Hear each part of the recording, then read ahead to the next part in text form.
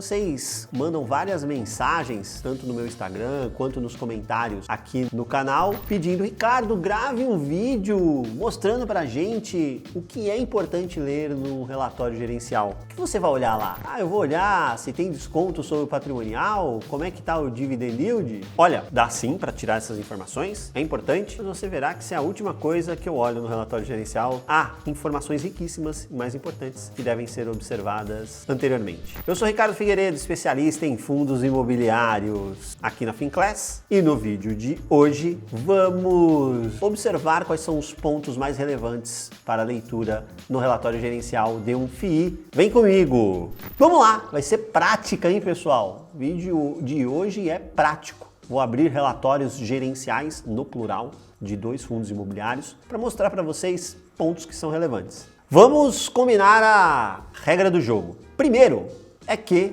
classes de fundos imobiliários diferentes requerem olhares diferentes. Tudo isso para te dizer que o que eu olho em um relatório de um fundo de tijolo, muita coisa vai diferir do que eu olho num fundo de papel. Assim, elementos que são praticamente os mesmos, né? A estrutura no mínimo é a mesma, mas há alguns tipos de informações que existem no fundo de papel e não existem no fundo de tijolo e vice-versa. Para o FOF, idem, elementos específicos que você observa ali. Para um hedge fund FII ou FII multi-estratégia, cada um chama aí como quiser, também elementos específicos. Tudo isso para te dizer que, obviamente, não teremos um único vídeo com essa temática. Hoje, nós vamos tratar de fundos de tijolos, e mesmo em fundos de tijolos, dependendo do segmento, você vai encontrar níveis de informações diferentes de outros segmentos. A gente vai começar aqui, basicamente hoje, com um fundo de escritórios,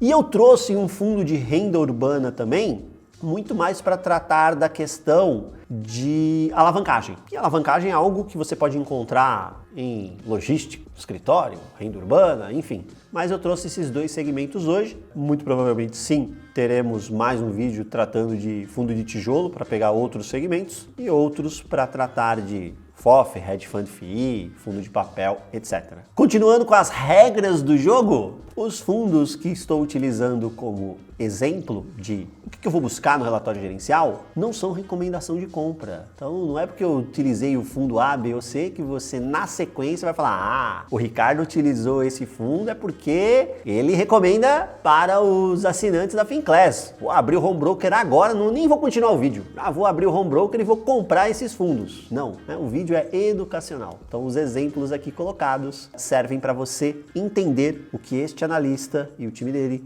observa na leitura de um relatório gerencial. Vamos começar então com o relatório do PVBI 11, Fundo de Escritórios, Gestão VBI. Lembrando que a VBI está sob o guarda-chuva do Pátria, né? Então, lá no Pátria temos o quê? Temos a VBI e também todo o time que estava lá fazendo a gestão dos fundos CSHG no Credit Suisse, agora também estão sob o guarda-chuva Pátria, mas são unidades apartadas. O time da VBI toca lá LVBI, PVBI, RVBI, o PATL e outros. E o time que veio do CSHG, do Credit Suisse, toca HGLG, HGRE, HGRU e outros. Pois bem, vamos começar então com o nosso querido PVBI 11, Fundo de Lajes, Gestão VBI. Começou lá em 2020, julho de 2020, uma época difícil para iniciar os trabalhos, né? Talvez já tenha caído aí no esquecimento de algumas pessoas, mas estávamos no começo da pandemia do coronavírus, tá, gente? De Covid-19. Pois é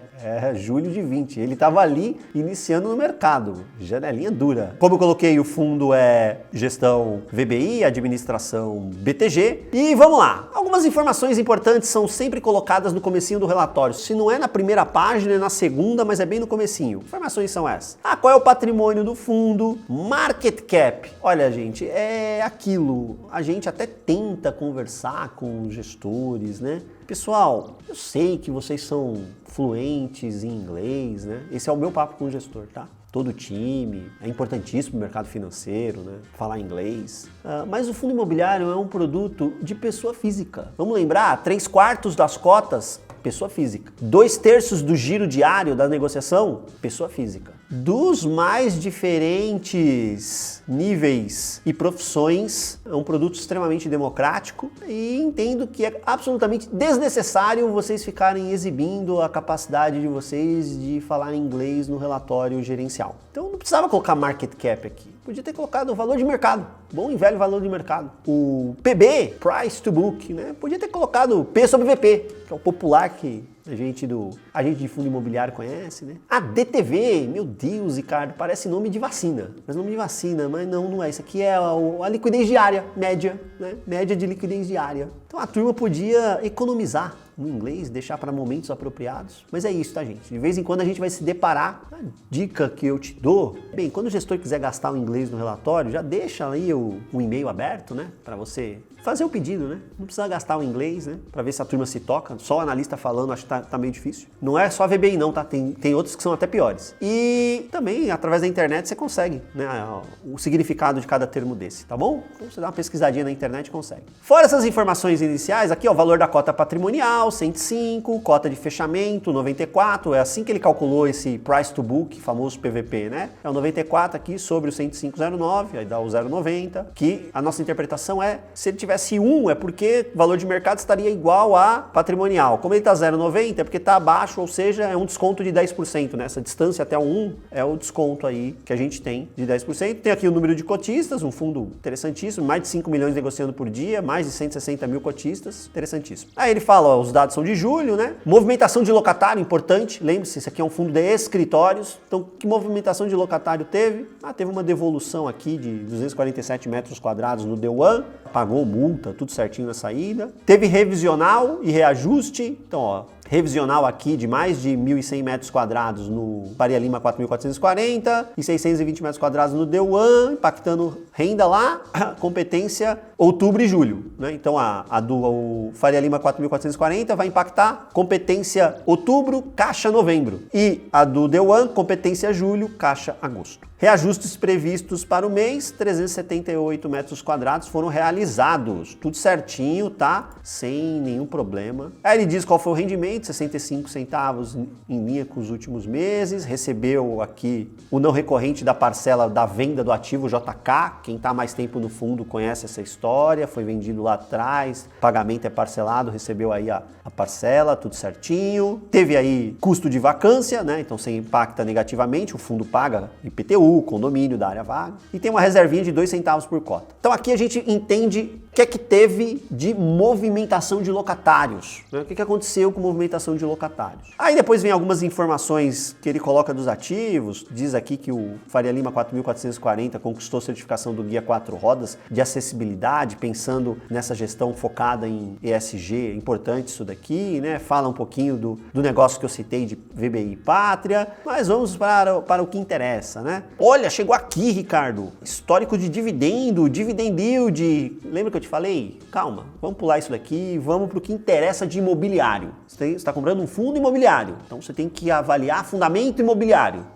Se você fizer uma análise muito boa, lá na frente você vai colher bons frutos que, adivinhe, é renda boa, dividend yield legal. Então vamos para o fundamento imobiliário. Aqui ele fala da liquidez, né? Carteira de ativos, está comprando PVBI. Mais do que ficar, eu estou preocupado com yield, não, vamos preocupar primeiro com isso daqui, ó. Quais são os ativos que eu estou comprando? Olha lá, o Park Tower, o fundo é dono de 100% dele, tem um locatário só. Faria Lima 4.440, o fundo tem 100% dele, tem 8 locatários. Union, o fundo tem metade, 3 locatários. Vila Olímpia Corporate, o fundo tem praticamente 2/3, 13 e assim por diante. Então ele detém 100% de 2 aqui, ele detém o controle, né, mais de 50% aqui do Vila Olímpia Corporate, deu One também, mais de 50%, tá ali, meia mussarela, meia calabresa no Union e frações menores, mas relevantes, tanto no Veracruz quanto no Cidade Jardim. Aí ele diz qual é a área detida, qual é a vacância física e qual é a vacância financeira. Ricardo, o que é isso? Grosso modo, tá? Resumidamente, por quê? Porque tem vídeo no canal tratando do tema vacância. E lá eu explico o que é vacância física, o que é vacância financeira, mostro como calcula, tem vídeo no canal. Mas aqui, grosso modo, é vacância física, ela é calculada em cima da área que está vaga. Eu tenho 100 mil metros quadrados, 10 mil metros quadrados quadrados estão vagos. A vacância física é de 10%, 10% da área está vaga. Só que a vacância financeira, ela considera de todo o meu potencial de receita, caso tudo esteja ocupado, qual é a fração de receita que eu não estou recebendo por conta das áreas vagas. E, obviamente, esse número pode e fatalmente será diferente da vacância física. Por quê? Se a tua área vaga ela tem maior potencial de gerar receita do que a média do portfólio, vacância financeira maior do que vacância física. Se a área que está vaga tem menor potencial de receita por metro quadrado do que a média do portfólio, então vacância financeira será menor do que vacância física. Neste caso aqui, você ainda tem, e o gestor coloca isso no relatório, outros elementos, que é a famosa RMG, Renda Mínima Garantida. Renda mínima garantida é simples, é quando eu compro um imóvel que tem uma área vaga e eu combino com o vendedor que durante um tempo ele vai me pagar um prêmio de locação, é como se fosse um aluguel, naquela área vaga. Isso pode ser 1 ano, 2 anos. E aí o combinado não sai caro, né? Depende do que está combinado. O combinado pode ser, olha, você vai me pagar durante 2 anos. O que eu for alugando no meio do caminho, você vai deixando de pagar. Mas eu já vi renda mínima garantida que, olha, eu combinei contigo de você me pagar X durante 2 anos. Mesmo que eu alugue, você vai continuar pagando X. É menos comum esse tipo de situação em que o vendedor está me pagando a renda mínima garantida, eu aluguei e estou recebendo dos dois ainda. É menos comum, mas já aconteceu. Aqui no caso, a gente tem renda mínima garantida no Union, que foi um desenvolvimento, que é outro tipo que existe. Estou construindo a edificação e combinei aí com o vendedor durante essa fase de construção que ele vai me pagar um prêmio de locação. E esse prêmio de locação, inclusive, ele dura um período depois que o imóvel é entregue e está pronto para uso, que é o caso do Union. Esse prêmio de locação do Union vai até outubro desse ano, outubro de 2024. Enfim, existe esse advento da renda mínima garantida no PVBI, que faz com que a vacância financeira seja menor do que a vacância física. Ricardo, como é que você descobriu isso? Olha a letra miúda aqui no rodapé da tabela, tá vendo? Ó, tem que ler a letra miúda, gente. Ah, eu sei, é cansativo, a letra miúda, vista cansada, né? Este analista aqui já passou dos 40 também, as letras estão ficando cada vez menores dia após dia, mas a gente se esforça para ler, tá? Então tá lá na tabelinha. Olha lá, o renda mínima garantida, ele fala do Union é vigente até outubro de 24, 12 meses após o habite-se. O habite-se é o documento, né, em que o imóvel está liberado, inclusive pelo poder público, para que ele possa ser ocupado. Então, saiu o habite-se do Union, durante 12 meses depois desse habite-se, vigora ainda a renda mínima garantida que estava já sendo paga durante a construção. Por isso que a vacância financeira dele é 0, ainda que a vacância física seja altíssima. Por quê? Porque está alugando ainda, né? Entregou há pouco tempo. Ele fala da renda mínima garantida aqui, ó, do Deuan e de parte do Faria Lima 4.440. Lembra que eu falei? Tinha mais renda mínima garantida fora o Union aqui. Então tem que ler o relatório. E para saber de mais informações, inclusive, a gente precisa voltar no fato relevante da aquisição desses ativos para entender qual é a duração de tais rendas mínimas garantidas. Aí depois ele abre aqui, eu gosto bastante dessa parte, deste relatório, porque para quem é de São Paulo e ou conhecedor de fundamento imobiliário, não que fica olhando só PVP e dividend yield, mas de fundamento imobiliário, a gente consegue ver as localizações desses ativos aqui. Então observe que a gente tem aqui a Avenida Faria Lima. Deixa eu aumentar, dar um zoom aqui, ó. Avenida Faria Lima aqui. E aqui, Avenida Cidade Jardim, ó.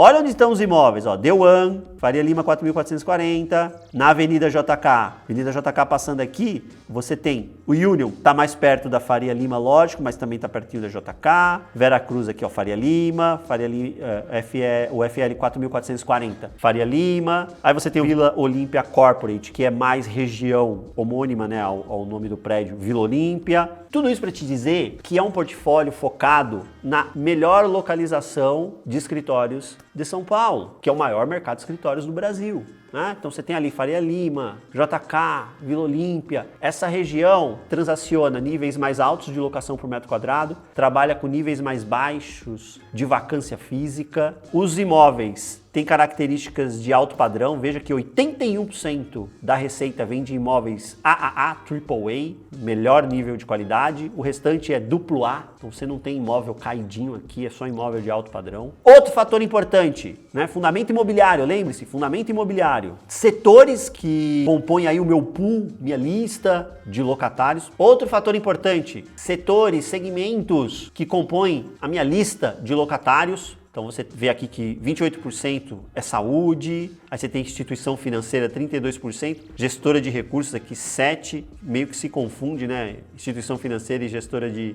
recursos, porque a gente está falando de mercado financeiro, faz muito sentido para essas regiões aqui, né? A gente tem eixo ali de demanda por este tipo de locatário. E aí você vai por inquilino, que é importantíssimo. Quem são os nomes? Então veja aqui, ó, que Prevent Senior responde por 1/4 da receita do fundo. Ricardo, é muito? Já foi maior, tá? Isso aqui no começo do fundo passava de 40%, hoje é 26%. Aí a renda mínima garantida ainda tem uma fração importante aqui, UBS está aqui com 8%, o CCB está aqui com 9% e assim por diante. Então a gente conhece quem são os principais locatários. O indexador do contrato é corrigido pelo quê?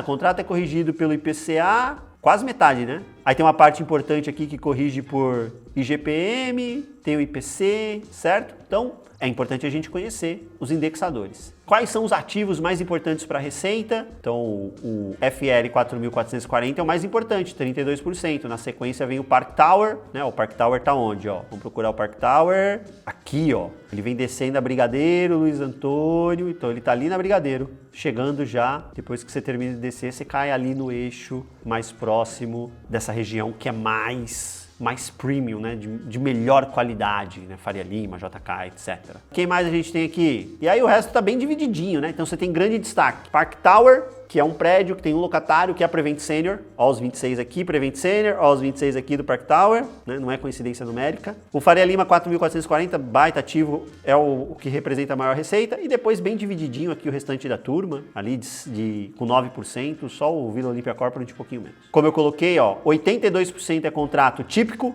não tem contrato atípico e o restante é renda mínima garantida. Renda mínima garantida eu expliquei já aqui para vocês. O que é contrato típico e contrato atípico? Tem vídeo no canal explicando o que é contrato típico, o que é contrato atípico. Grosso modo, o contrato típico é aquele que pode ser revisionado no meio do caminho, tá? Tem uma duração aí em média de 5 anos. Contrato atípico normalmente tem uma duração muito longa. Ele é corrigido por inflação e as partes abrem mão de revisionar no meio do caminho. Enfim. Outro fator importante, reajuste. Os aluguéis não são reajustados todos os anos? Em que meses eu tenho mais reajuste, em que meses eu tenho menos reajuste? Então note que o primeiro semestre é onde a gente tem os volumes de reajuste que são relevantes no PVBI. No segundo semestre é mais tranquilo. Todo mês tem alguma coisinha ali, exceto março. Maio também, né? Então março e maio não tem. Mas os outros 10 meses do ano temos reajuste. Mas o primeiro semestre acaba concentrando a maior parte. O segundo é mais tranquilinho. Já vimos essas partes de revisionais e reajustes, movimentação de locatário, enfim. Outro fator importante, cronograma de revisional, né? Lembra que eu falei? Contrato típico pode revisionar no meio do caminho. Quando pode revisionar? 42% da receita já pode ser revisionada em 2024. Significa que toda ela será revisionada em 2024? Não, pode escorregar e passar para 2025. Muito provavelmente um pedaço disso depois vai fazer com que este gráfico aumente e a barra de 2025 cresça. Por quê? Porque não foi revisionado esse ano, ficou para o próximo. Mas já é possível abrir negociações e revisionar em 2024. E assim por diante, é assim que a gente interpreta esse gráfico. O histórico de vacância do fundo, a gente observa que ele está trabalhando aqui com essa faixa de 14,5% até de 16% desde o começo do ano, ele vem mantendo essa média. Vencimento do contrato, vencimento assim, o contrato acabou. Agora é hora de sentar e renegociar um novo contrato de locação, que pode ter alteração em diversas coisas. Na revisional, normalmente você só ajusta o quê? Preço de locação. Vamos lá, vencimento do contrato, algo como 10% ali, 9% para usar o número exato. Em 2024, um pouquinho menos ano que vem. Aí em 2026 tem uma quantidade aqui relevante, né? 21% da receita com o contrato terminando em 2026. Isso aqui, gente, pode ir mudando, tá? Porque alguma negociação no meio do caminho pode existir e falar, vamos prolongar esse contrato já? Outro fator importante é que o gestor não senta para negociar renovação de contrato faltando 2 meses, 1 mês para acabar. Normalmente, 1 ano antes você já abre negociação e aí tem interesse. Até porque se o locatário quiser ir embora, você já está com isso em mente e já começa a trabalhar comercialmente aquela área. Esta página eu acho super interessante porque ele mostra como é que está a movimentação mês após mês em cada um dos imóveis em relação a locatários, entradas e saídas. Então quem entrou é a setinha verde para cima, quem saiu é a setinha vermelha para baixo. Aí ele mostra em áreas e percentual aqui a linha, o percentual de vacância. Ricardo, todo relatório vai ter isso? Não, porque o relatório gerencial, justamente por ter esse nome, gerencial, não é padronizado. É diferente do informe mensal, que é um documento padronizado definido pelo regulador, que é obrigatório ser publicado todos os meses. Você tem um informe trimestral, que é padronizado, definido pelo regulador e que tem que ser informado, distribuído trimestralmente. Anual, informe anual, mesma coisa. Informe de rendimentos, sempre que há pagamento de rendimentos, mesma coisa. O relatório gerencial não é uma obrigatoriedade legal. Então, sequer a gestora é obrigada a fazer. Por óbvio, boas práticas de governança levaram as gestoras a publicar mensalmente, mas ela não é obrigada a fazer. Tampouco a seguir um padrão. Tem relatório que é muito bom em algo, peca em outro e assim por diante. Eu gosto desse relatório do PVBI, achei interessante, até por isso eu trouxe para exemplo. Aí aqui ele mostra a decomposição da receita imobiliária por cota. Eu achei isso aqui bem legal. A receita potencial por cota que o gestor tem, nesta data, é 67 centavos por cota. Aí a vacância tira 4 centavos. Carência e desconto, o que é essa carência e desconto? Quando você faz uma nova alocação, é normal você dar alguma carência. Nos 3 primeiros meses você não vai pagar aluguel, você vai pagar só condomínio e IPTU. Ou então algum locatário abriu uma negociação para desconto, você entendeu que fazia sentido, concedeu algum descontinho temporário ali, e isso está comendo 1 centavo por cota dele. Aí ele recebeu 7 centavos aqui, algo relevante a 7 centavos por cota, referente à venda de ativos. Vendi ativo, recebi dinheiro, esse dinheiro representou 7 centavos por cota. Aí multas, diferimentos e outros, tirou 1 centavo, inadimplência que, apesar de ter ocorrido, não chegou nem a bater 1 centavo por cota, a receita imobiliária foi 68 centavos por cota. Receita imobiliária, tá? O fundo tem os custos dele para existir. Aí você vai tirando esses custos. Aí você tem lá, despesa imobiliária, 1 centavo. Despesa operacional, 8 centavos. Receita financeira, você tem lá um dinheiro que está em caixa, por exemplo. Isso gera uma receita para você, 3 centavos. Reserva de lucro, ele foi lá na reserva de lucro, puxou 6 centavos para poder compor o resultado. 65 centavos foi a distribuição. Aqui, demonstração de resultado. Você precisa, em todo relatório gerencial, visitar essa tabela. Ele vai estar lá, algumas são melhores do que outras, algumas são mais detalhadas do que outras, mas ela está presente, demonstração de resultado. Isso aqui é obrigatório, tem que ler. Tem que conhecer os ativos, passamos por ele. Locatários, passamos por ele. Demonstração de resultado. Mostra mais ou menos do que a gente viu aqui nesses gráficos, mas na forma de tabela. E não mostra só do mês, né? Aqui a gente está vendo o mês competência junho, que impactou caixa do fundo em julho. Ele mostra em milhões e reais por cota. Então aqui você tem o valor em milhões e aqui o quanto significa em reais por cota. Note que ele, de fato, gerou algo, o lucro dele foi de 62 centavos por cota. Por que que ele conseguiu distribuir 65? Porque ele foi lá e fez reserva de lucro, usou reserva de lucro. Ele tinha reserva lá e usou. A gente leu no começo, né? Agora essa reserva está um pouquinho menor. E o legal é que não por cota, tá? Em milhões, ele mostra no ano 2024 e 12 meses, sempre na competência. Então, na competência junho, o acumulado do ano é isso daqui. Note que ele teve lucro e distribuiu um valor menor do que o lucro, respeitando o regramento legal. E isso é bom. Por quê? Porque aquilo que ele está gerando de lucro é suficiente, ou foi, né, suficiente, neste acumulado 2024, para fazer a distribuição que ele fez. Ele não veio queimando reserva de lucro de outros momentos em que o resultado foi melhor. 12 meses, mesma coisa.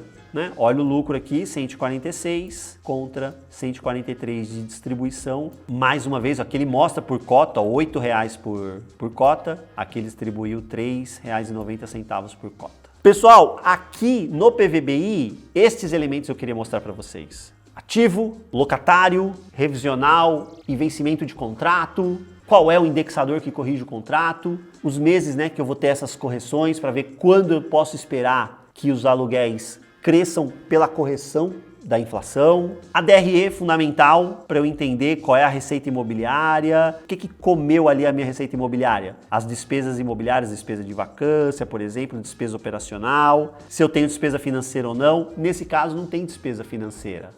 E é por isso que já a gente vai tratar de um outro fundo rapidamente para eu te mostrar essa questão específica da alavancagem. E aí, a gente pode até voltar agora lá para ver o tal do dividendo. Tá aqui, ó, ele vem distribuindo 65 centavos por cota ao longo do ano. Só janeiro ele distribuiu mais do que isso. Então, ele vem mantendo esse recorrente de 65 centavos por cota. O dividend yield dele vem rodando em relação à cota patrimonial, algo que representa ali pouco mais que 7%, mas em relação ao valor de mercado, supera 8% ao ano. Né? Por quê? Lembra, o PVP está com desconto. Então, no cálculo de dividend yield em relação à cota de mercado, dá 8,3%. Em relação à patrimonial, 7,4%. E é isso, do PVBI. Aqui a gente não conseguiu falar nada de alavancagem, porque não tem essa informação, né? Não tem aqui, tem um CRI devendo e o fluxo é esse, não tem. Então eu trouxe o relatório do HGRU, que é um fundo de renda urbana, né? Então tem lá atacarejo, ativos educacionais,